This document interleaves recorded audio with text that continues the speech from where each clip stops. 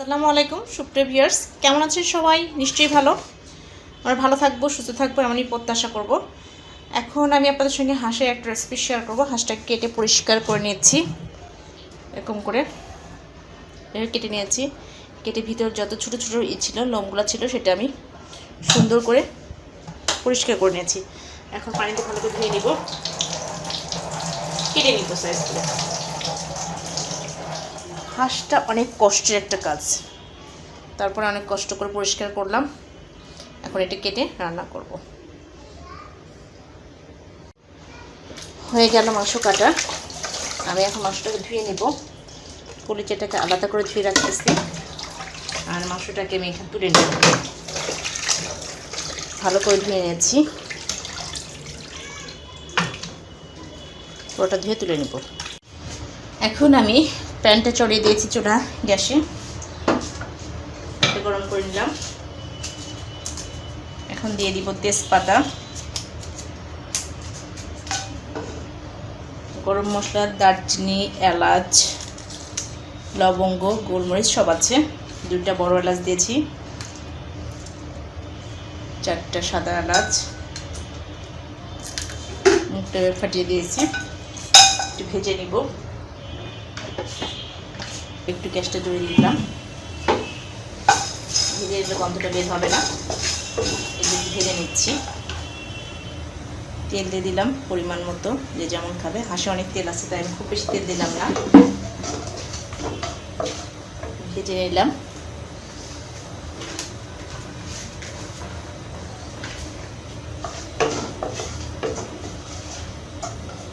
মশলাগুলো ভালো করে একটু ভাজা হয়ে গেলে এর মধ্যে দিয়ে দেবো আমি পেঁয়াজ কুচি, এরকম করে 4 কাপ।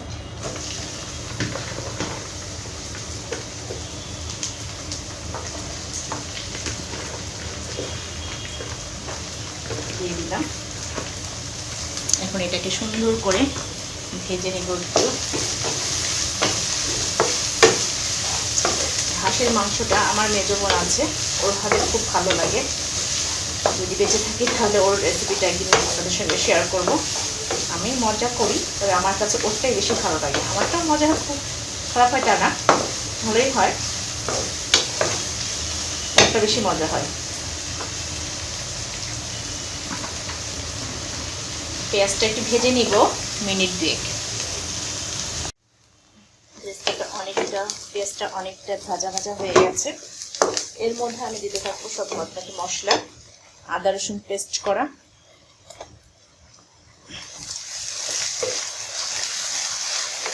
দিয়েছি আমি 2 চামচ আদা, 1 চামচ রসুন, বেশি রসুন দিয়ে নাই।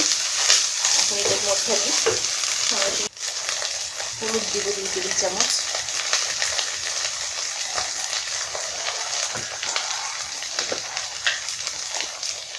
শুকনো মরিচ, রেড চিলি পাউডার যেটা বলে, বেশি ভালো হবে মিডিয়াম ঝাল, 1 চামচ দিয়েছি। ধনিয়া হলুদ 2 টেবিল চামচ, 2 টেবিল স্পুন দিয়ে দিলাম। দিয়ে দিব জিরা গুঁড়া,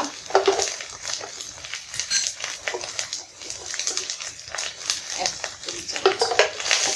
মশলাটা সুন্দর করে কষিয়ে নেব। আসলে সম্পূর্ণ রান্নাটা নির্ভর করে মশলার উপরে। মশলাটা সুন্দর করে কষিয়ে নিচ্ছি।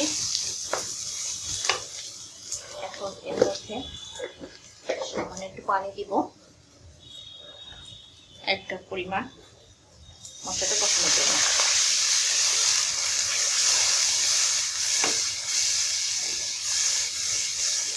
মশলাটা কষানো হয়ে গেলে যখন তেলটা ভেসে উঠবে, তখন আমরা মাংসটা ঢেলে দিব।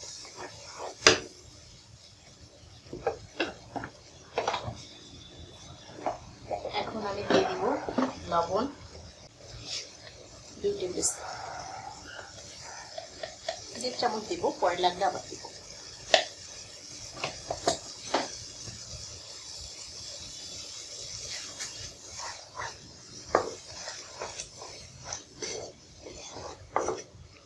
মশলাটা ভালো করে কষানো হলে আমি দিয়ে দিব হচ্ছে মাংসটা। 2 মিনিটের জন্য ঢেকে দিব।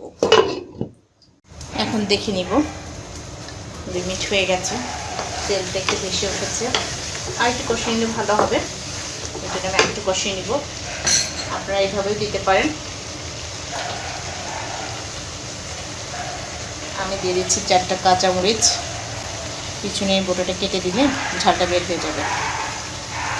মশলাটা কষানো হয়ে গেছে, তেলটা ছেড়ে দিয়েছে। এখন আমি যে মাংসটা কেটে রেখেছিলাম, আমি ছোটো ছোটো পিস করেছি মাংসটার। হাঁসের মাংস ছোটো ছোটো পিস হলে ভালো হয়, ছোটো ছোটো পিস করে কেটে নিয়েছি। বা দিয়ে দিব এর ভিতরে, সুন্দর করে এখন কষিয়ে নিতে হবে। অনেক মাংস হয়েছে হাঁসে,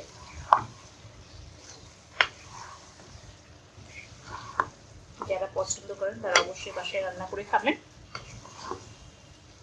আমার মনে হয় খারাপ লাগবে না, ভালোই লাগবে। আমি অবশ্য খুব বেশি রান্না করি না হাঁসের মাংসটা, আমাকে সাধারণ রান্না করেই পাঠায়। আজকে আপনাদের সঙ্গে শেয়ার করছি আমার রেসিপিটার জন্য, এর জন্য রান্না করছি। এরপরে আমি হয়তো বাড়িতে আপনাদেরকে হাঁস কীভাবে পরিষ্কার করতে সেই রেসিপিটা শেয়ার করবো। খুব সহজ একটা পদ্ধতি, কিন্তু ছোটো ছোটো লোম থাকলে সেটা বাছাটা একটু কঠিন হয়ে যায়। এই যা ঢেকে দিলাম মিনিট 5 মতো, 5 মিনিট পর আবার নেড়ে দিব। 5 মিনিট হয়ে গেছে।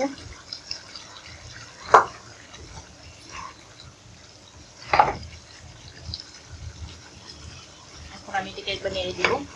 এভাবে মিডিয়াম আছে আধা ঘন্টা মতো লাগবে রান্নাটা হতে। মাংসটা সেদ্ধ হতে সময় লাগে। হাঁসের মাংস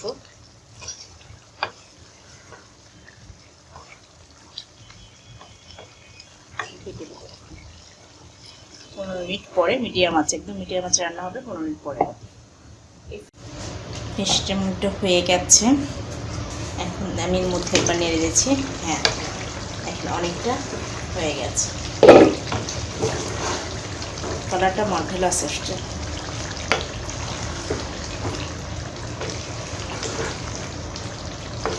এখন নামিয়ে নিব।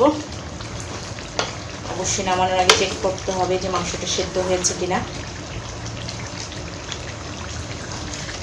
আর হাঁসের মাংসে ম্যাক্সিমামই হাড় হয় বেশি, মাংস খুঁজে পাওয়া কঠিন হয়ে যায়। দেখে নিব অনেকটা সেদ্ধ হয়ে গেছে, আরও মিনিট 5 রাখবো, রেখে নামিয়ে নিব।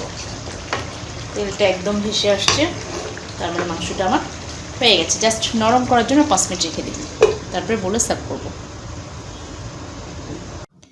হয়ে গেল হাঁসের মাংস রান্না করা। আপনারাও বাসায় ট্রাই করবেন। খেয়ে যদি ভালো লাগে অবশ্যই লাইক, কমেন্ট, শেয়ার এবং সাবস্ক্রাইব করবেন। পাশের বেল আইকনে ক্লিক করবেন, পরবর্তী যদি কোনো আমি রেসিপি করে থাকি সেক্ষেত্রে নোটিফিকেশন আকারে তো আপনাদের মেসেজে সবার আগে পৌঁছে যাবে। এ পর্যন্ত আমরা ভালো থাকবো, সুস্থ থাকবো এমনই প্রত্যাশায় হাজির হবো অন্য কোনো রেসিপিতে। আল্লাহ হাফেজ।